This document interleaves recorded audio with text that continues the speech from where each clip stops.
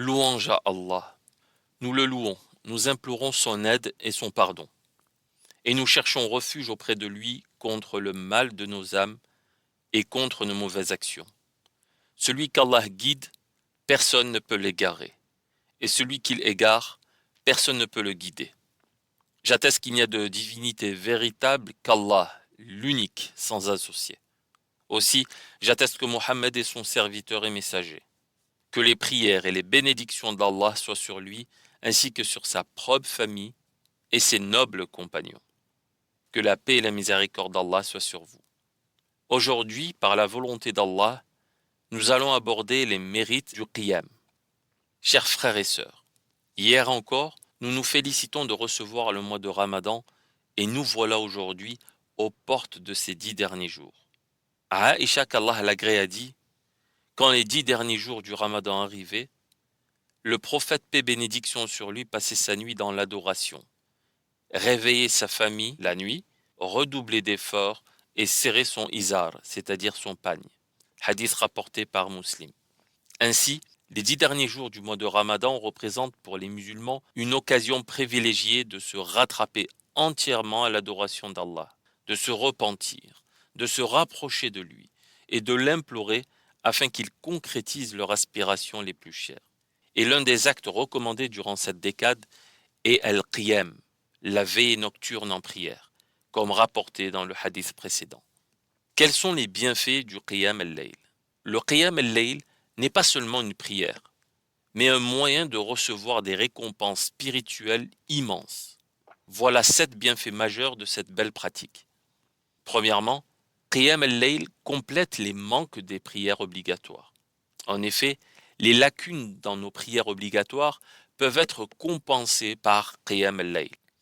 Deuxièmement, qiyam al-layl renforce le lien avec Allah. En effet, prier la nuit favorise une relation plus intime avec Allah, car cela se fait sans distraction. Troisièmement, la prière nocturne cultive la sincérité, al-ikhlas. Effectuée en privé, cette prière renforce la sincérité sans chercher d'autres récompenses que celle d'Allah. Quatrième bienfait, al-qiyam maintient la fermeté dans la foi. Cela aide les musulmans à rester constants dans leur pratique de l'islam, favorisant une discipline qui se reflète dans les adorations quotidiennes. Cinquième bienfait, Al-Qiyam est le meilleur moment pour effectuer des invocations. Les heures tardives de la nuit sont un des meilleurs moments pour adresser des supplications à Allah. Sixième bienfait, Al-Qiyam est un moyen d'accéder au pardon et à la repentance. C'est un moyen de demander pardon et de se repentir. Enfin, la prière nocturne est un acte de gratitude pour les innombrables bienfaits qu'Allah nous accorde. C'est pour ces raisons que de nombreux versets et hadiths encouragent les musulmans à veiller en prière la nuit. En ce sens, Allah dit, décrivant les personnes vertueuses, « Ils dormaient peu la nuit, et dès l'aube, ils imploraient le pardon d'Allah. » Surat Al-Dhariyat, versets 17 et 18. Allah dit également, ceux qui passent la nuit auprès de leur Seigneur, prosternés ou debout. Surat Al-Furqan, verset 64. Aïcha qu'Allah l'agrée a dit, ne délaisse pas la prière nocturne, car le prophète paix bénédiction sur lui ne la délaissait jamais, même s'il était malade, il priait assis. Saad ibn Hisham dit qu'il a demandé à Aïcha qu'Allah l'agrée, quelle est la conduite morale du prophète paix bénédiction sur lui? La mère des croyants me répondit, la conduite morale du prophète paix bénédiction sur lui est le Coran. Je lui ai ensuite demandé de me parler de la prière de la nuit. Elle m'a dit, quand la sourate Al-Muzammil fut révélée, le prophète et ses compagnons prièrent chaque nuit, au point que leurs pieds se fendillaient. Abdullah ibn Amr ibn al-As rapporte que le prophète paix bénédiction sur lui a dit, ô Abdallah, ne sois pas comme un tel qui passait sa nuit à prier, mais a délaissé ensuite cette pratique. Selon Abu Huraira, qu'Allah l'agrée, le prophète paix bénédiction sur lui a dit, le meilleur jeûne après celui du mois de Ramadan est celui du mois de Muharram. Et la meilleure prière après la prière obligatoire est celle accomplie la nuit. Aïcha qu'Allah l'agrée rapporte que le prophète dormait la première partie de la nuit et passait la fin de la nuit en prière. Selon Abdallah ibn Amr ibn al-As, le prophète paix bénédiction sur lui a dit, La prière la plus appréciée d'Allah est celle de David, et le jeûne préféré d'Allah est celui de David, car il dormait la moitié de la nuit, priait le tiers et dormait le sixième restant, et il jeûnait un jour sur deux. Selon Abu Huraira et Abu Sa'id al-Khudri, qu'Allah les agrée, le prophète, paix et bénédiction sur lui, a dit: lorsqu'un homme réveille son épouse la nuit, qu'il prie 2 rak'at ensemble ou séparément, il compte parmi celles et ceux qui invoquent souvent Allah. Selon Bilal, qu'Allah l'agrée, le prophète, paix et bénédiction sur lui, a dit: efforcez-vous de prier la nuit, car cette pratique était l'habitude des vertueux qui vous ont précédés. C'est un acte qui vous rapproche de votre Seigneur, une expiation de vos fautes, et cela vous empêche de commettre des péchés. Allah a loué les fidèles qui prient la nuit, et ceux qui font acte de piété, et a promis de leur donner ce qu'ils désiraient. Allah dit, exalté soit-il, ceux qui, après s'être arrachés de leur lit, prient leur Seigneur, remplis de crainte et d'espoir, et qui offrent une partie de ce que nous leur avons accordé par charité, nul ne sait ce qui leur est réservé en récompense de leur œuvre, comme félicité. Surat al-Sajda, versets 16 et 17. Ibn Rajab, qu'Allah lui fasse miséricorde, dit au sujet de cette magnifique récompense pour la prière de nuit que cela est dû à 3 raisons. La première, c'est une adoration qui est faite dans le secret. Elle est donc plus proche de la sincérité. Si tu veux renforcer ta sincérité et ta foi, alors prie la nuit. La deuxième, c'est parce qu'il est assez difficile de prier la nuit. Il faut se lever de son lit et quitter le plaisir du sommeil et du repos pour se mettre debout devant son Seigneur, pour se recueillir et implorer son pardon. La troisième, durant la prière de la nuit, la lecture du Coran peut être mieux méditée. On peut davantage réfléchir au sens des versets et se recueillir. Pour ce qui est du verset « Nul ne sait ce qui leur est réservé en récompense de leur œuvre comme félicité », personne ne connaît l'immensité de la récompense qu'Allah leur a préparée. Ces bienfaits éternels, ces plaisirs dont personne n'a pu bénéficier de similaires. Ceci parce que les fidèles dissimulaient leurs bonnes œuvres. Ils recevront donc une récompense correspondante des bienfaits qui ont été dissimulés à tous, et la rétribution est fonction de la nature des actes.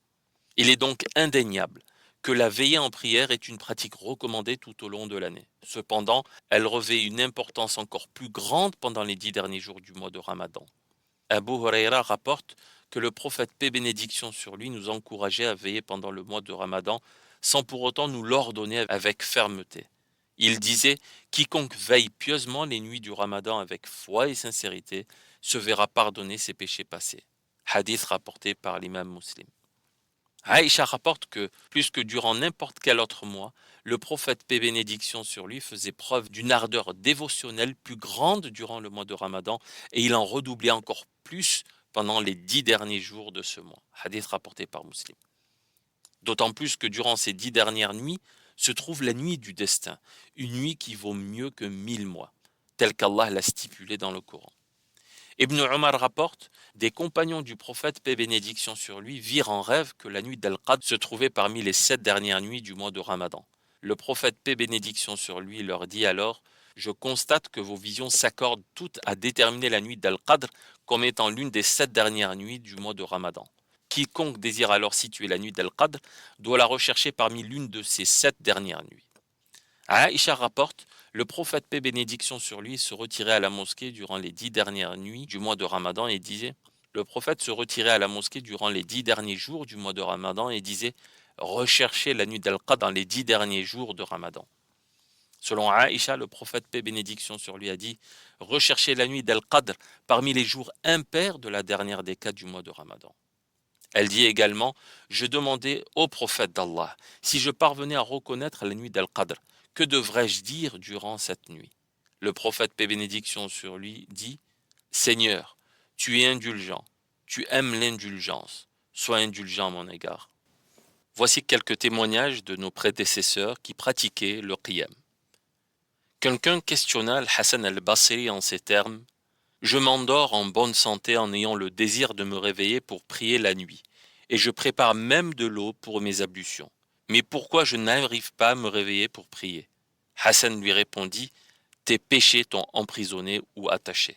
Hassan al-Basri a dit aussi: le serviteur commet des péchés qui le privent par la suite de la prière nocturne. Un étudiant dormit chez l'imam Ahmad. L'imam Ahmad posa à côté de l'étudiant un peu d'eau, ne s'étant pas levé pour prier durant la nuit, l'étudiant n'utilisa donc pas l'eau.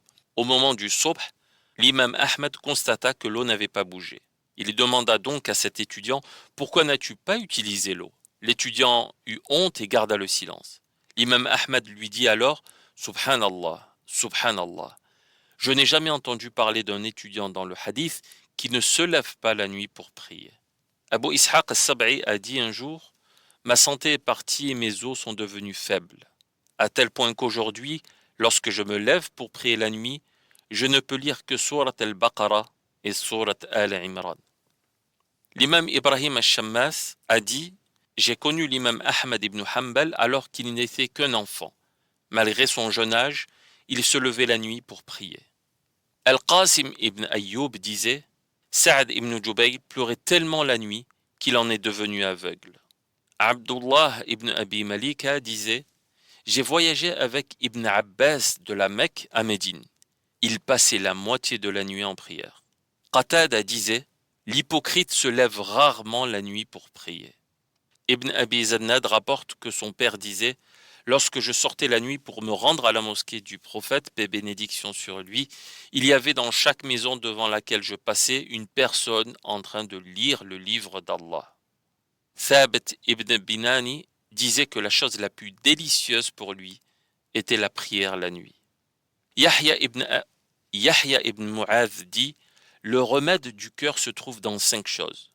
La lecture réfléchie du Coran, l'évacuation du ventre, c'est-à-dire le jeûne, la prière nocturne, la manifestation d'humilité à l'aube et le fait de fréquenter l'assemblée des pieux. » Thabit al-Binani disait « Il ne faut pas qualifier un homme de dévot, et ce même s'il a réuni en lui les plus belles qualités, tant qu'elle n'aura pas acquis 2 caractéristiques, le jeûne le jour et la prière la nuit. » Fudayl disait « Si tu n'arrives pas à jeûner le jour et à prier la nuit, sache que c'est parce que tes péchés t'ont enchaîné. » Des hommes dirent à Ibn Mas'ud « Nous n'arrivons pas à prier la nuit. » Il répondit « Ce sont vos péchés qui vous éloignent de la prière la nuit. » Un jour, un homme demanda à Hassan al-Basri « Ô Abu Saïd, pourquoi ceux qui prient la nuit sont ceux ayant les plus beaux visages parmi les gens ?»